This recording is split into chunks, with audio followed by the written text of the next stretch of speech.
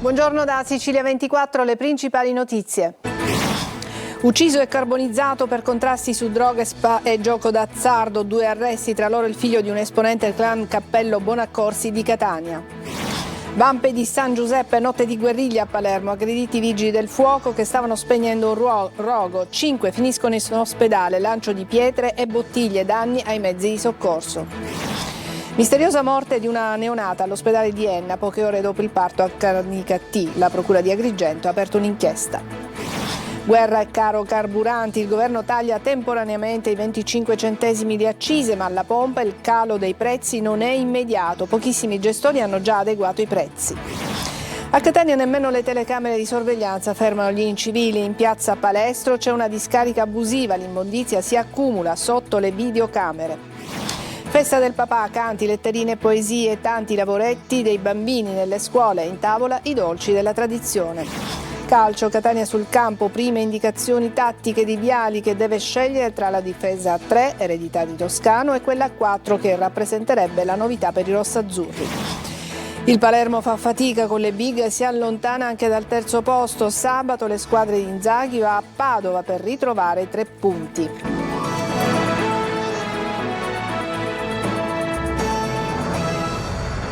Bentrovati, è stato risolto il giallo del catanese trovato carbonizzato nelle campagne di Carlentini lo scorso 6 gennaio. Sono stati arrestati 2 giovani, uno di loro è figlio di un esponente del clan Cappello Bonaccorsi di Catania. Il movente è legato a dissidi con la vittima per gestioni attinenti allo spaccio di droghe e a crediti vantati per gioco d'azzardo. Emanuela Corsi.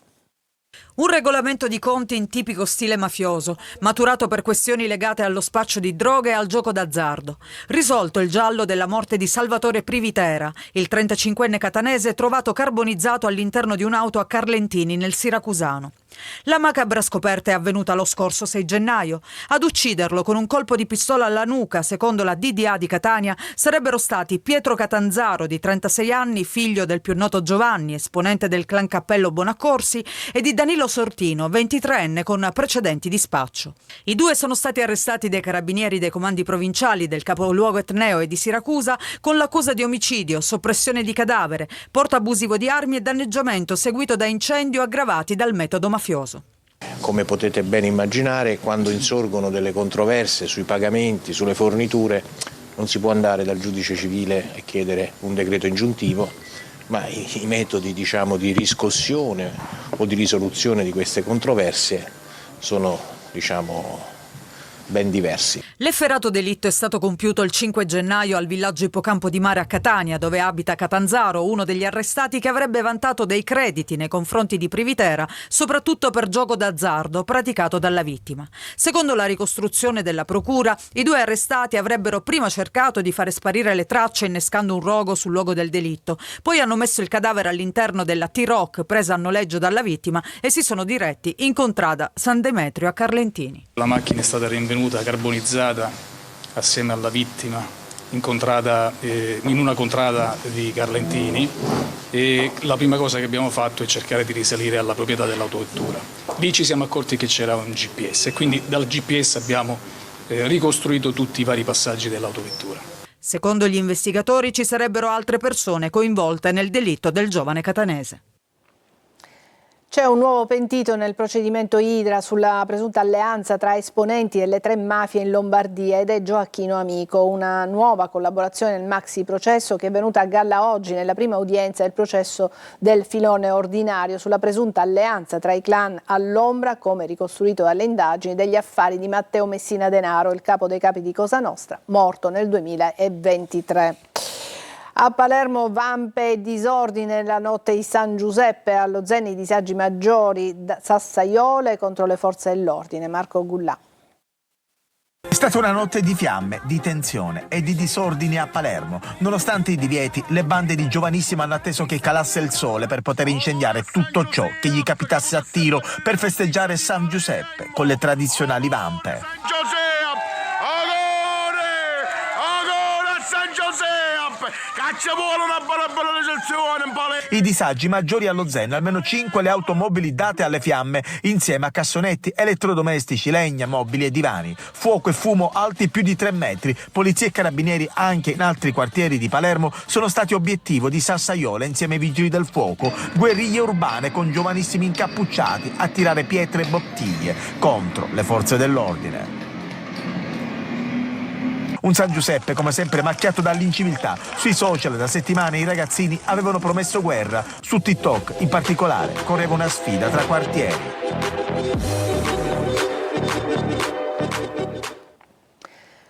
Una neonata è morta poche ore dopo il parto avvenuto a Canicattì. Poi la bimba è stata trasferita all'ospedale di Enna. Adesso la Procura di Agrigento ha aperto un'inchiesta. Roberta Lunghi. Dalla gioia per la nascita alla tragedia. Una neonata venuta alla luce senza apparenti complicazioni all'ospedale Barone Lombardo di Canicattì nell'Agrigentino in pochi minuti ha mostrato segni di aggravamento delle condizioni, tanto da fare decidere i medici il trasferimento d'urgenza della piccola all'ospedale Umberto I di Enna. Nonostante ogni tentativo di soccorso, la neonata è deceduta a pochissime ore dalla nascita. I parametri vitali erano gravissimi fin dall'arrivo. Sotto shock e disperati, i genitori hanno denunciato l'accaduto, chiedendo chiarezza e verità sulla morte della figlia. Di fronte alla tragedia, la Procura di Agrigento ha aperto un'inchiesta. Sono stati sequestrati e acquisiti i fascicoli clinici della neonata e della madre in entrambe le strutture coinvolte. La salma della piccola sarà sottoposta ad autopsia per accertare le cause del decesso e fare luce sulla vicenda. Taglio delle accise immediato e per 20 giorni contro il caro carburanti, ma i prezzi di benzina e diesel restano ancora invariati a Ragusa come nel resto dell'isola. Veronica Barbarino. Altri fanno la guerra e noi ci rimettiamo. Anche il diesel stamattina è a 2,09 euro. Entra in vigore oggi, 19 marzo, il decreto carburanti varato dal governo per contrastare il caro prezzi.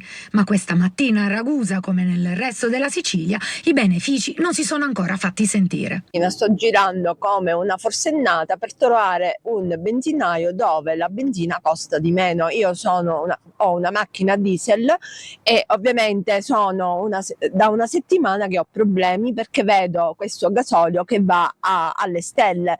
Io ho fatto il pieno stamattina già aspettando che in base al decreto di ieri sera sarebbe un po' di meno, ma giustamente vedo che ancora niente. Il provvedimento prevede con effetto immediato un taglio valido per 20 giorni delle accise, pari a 24,4 centesimi al litro.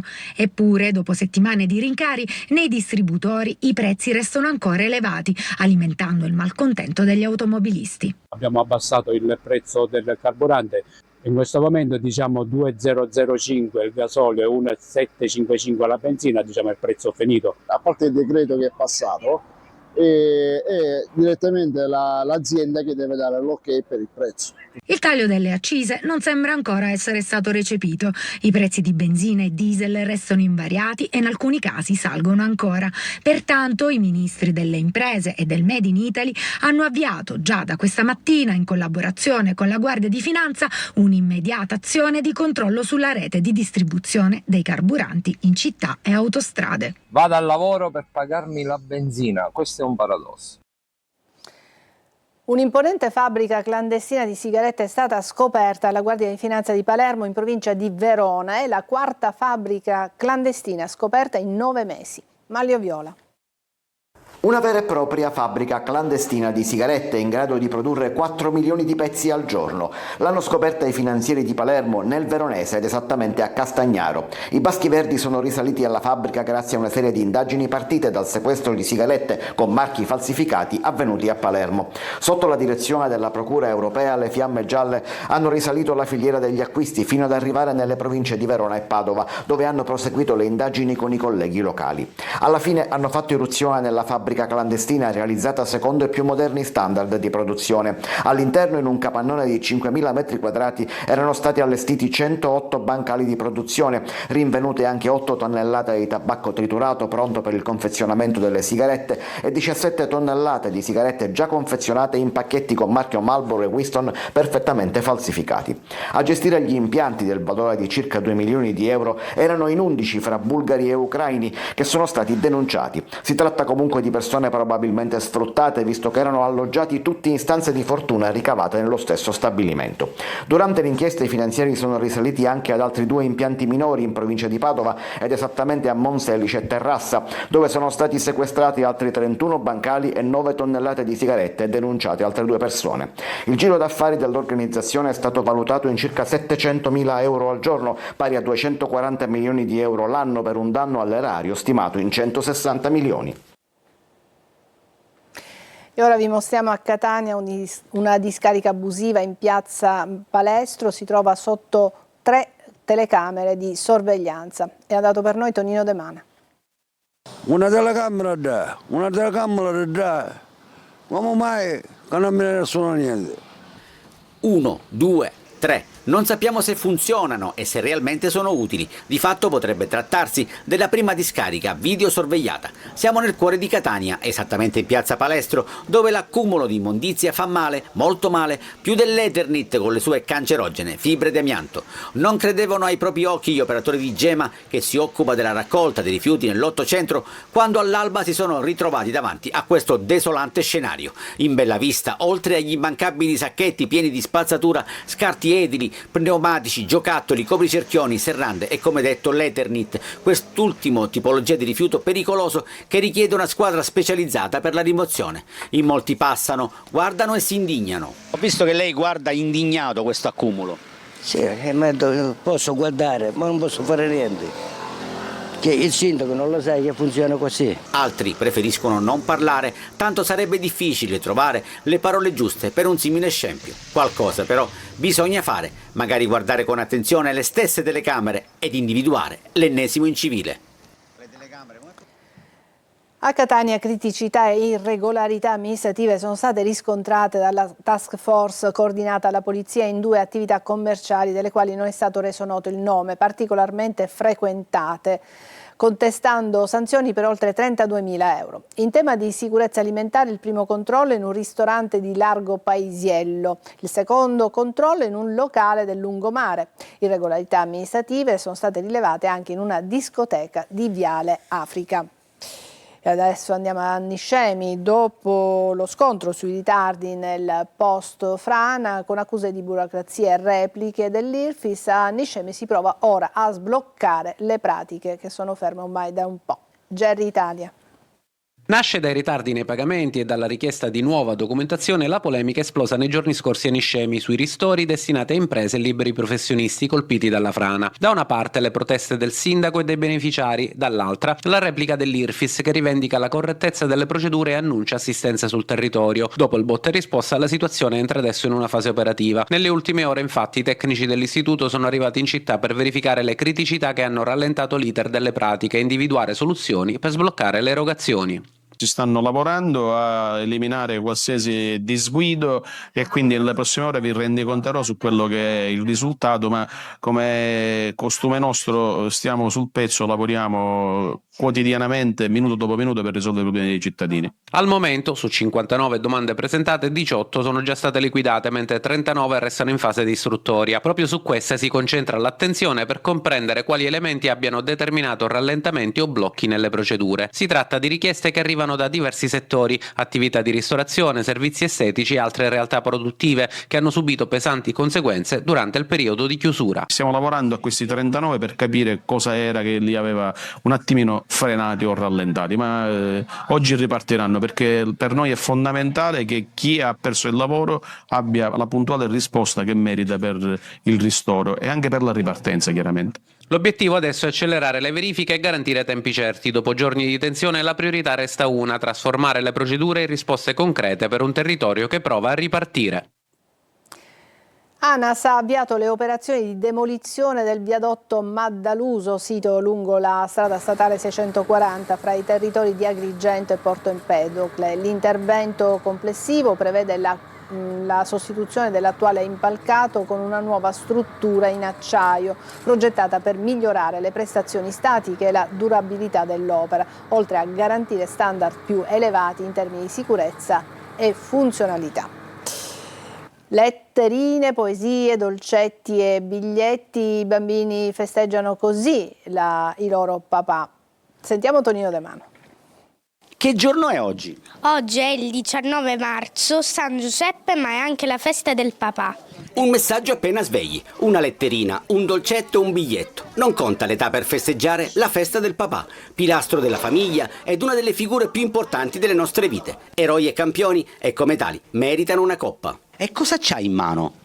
Una coppa per il mio papà. Ti sei alzata stamattina e il primo pensiero che hai avuto qual è stato? Di regalare una cosa a mio papà. L'aria di festa si respira a pieni polmoni nella seconda G dell'Istituto Comprensivo Pizziconi Carducci di Catania. Racconto storielle, ridiamo a crepapelle, per questo io lo ammetto, il mio papà è perfetto. Non manca un pensiero anche per i papà, volati troppo presto in cielo. Non posso vivere, mi mancano tutti i nostri ricordi. Oggi è la tua festa, io sarò sempre accanto a te, grazie per esserci stato. La ricorrenza è legata alle celebrazioni in onore di San Giuseppe, padre putativo di Gesù, e la tradizione passa anche dalla tavola. Immancabili le crispelle di riso e miele. I catanesi quanto sono legati a questa tradizione? Assai. Già questa mattina ne sono venuti tante. Da mangiare tutti insieme, prima di dire...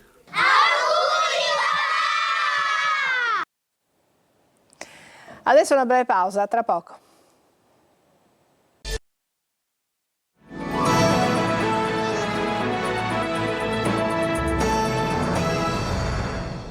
Truffe sempre più sofisticate con anziani tra le principali vittime. A Catania un incontro organizzato alla CGIL per rafforzare educazione finanziaria e strumenti di prevenzione contro i raggiri. Roberta Lunghi.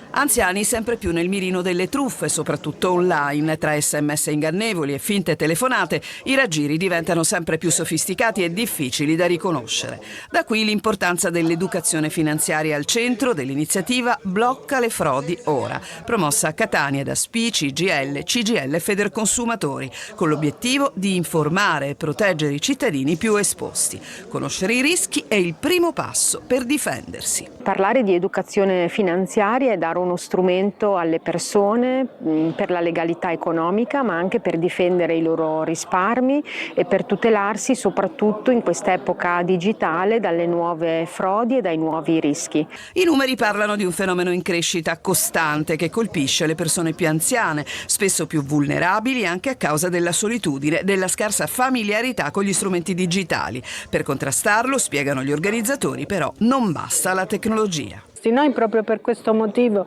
abbiamo messo in piedi una guida per rendere un pochino loro la vita un po' più facile, nel senso di poter vedere quali sono i possibili rischi a cui vanno incontro e poterli correggere.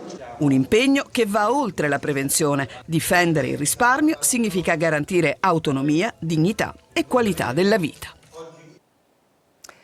Ad Agrigento, durante i lavori per la rete idrica in viale Pietro Nenni, è emerso un arco medievale. Il cantiere adesso è fermo e sono arrivati gli archeologi. Davide Sardo. Ad Agrigento il passato torna a galla e lo fa nel modo più sorprendente, durante i lavori per la nuova rete idrica. Siamo lungo viale Pietro Nenni, l'antica via Porte di Mare. Qui, durante uno scavo, gli operai sono fermati all'improvviso. Davanti ai loro occhi i conci di un arco, una struttura che potrebbe risalire all'epoca medievale. Immediata la segnalazione alla soprintendenza. Sul posto sono arrivati gli archeologi che hanno avviato i primi rilievi. L'arco, secondo le prime ipotesi, seguirebbe l'andamento della vecchia cinta muraria della città. Un ritrovamento importante che potrebbe aiutare a ricostruire un pezzo della storia urbana di Agrigento. Per questo il cantiere è stato bloccato nel tratto interessato e i lavori per la condotta idrica subiranno uno stop che potrebbe essere anche lungo. Intanto gli scavi vanno avanti, gli esperti dovranno chiarire natura, epoca e funzione dell'arco. Una scoperta che trasforma un semplice cantiere in un viaggio nel tempo e che riporta alla luce un frammento prezioso della storia della città. Il report di Save the Children, Disarmati, racconta del mondo giovanile sempre più fragile e violento. Catania con Napoli detengono il triste primato dei minori vicini alla criminalità organizzata. Giusy Lazzara ne parlerà con Giovanni Rapisarda, primario territoriale di neuropsichiatria infantile dell'ASP di Catania, e con Michela Leonardi, coordinatrice nazionale di ricerca Save the Children. In diretta dopo il TG e in streaming su Sicilia Web. Le vostre domande con un messaggio al 342 274 55 005. L'appuntamento dunque è alle 14.30. Adesso una breve pausa e poi il calcio.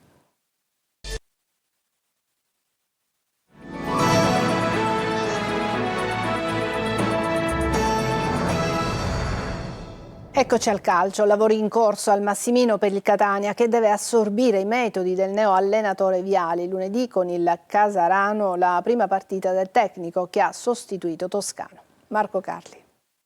Confronti in atto fra i tifosi del Catania il giorno dopo la presentazione alla stampa di Viali, con i supporter che si dividono sulle impressioni suscitate dalle prime dichiarazioni del tecnico.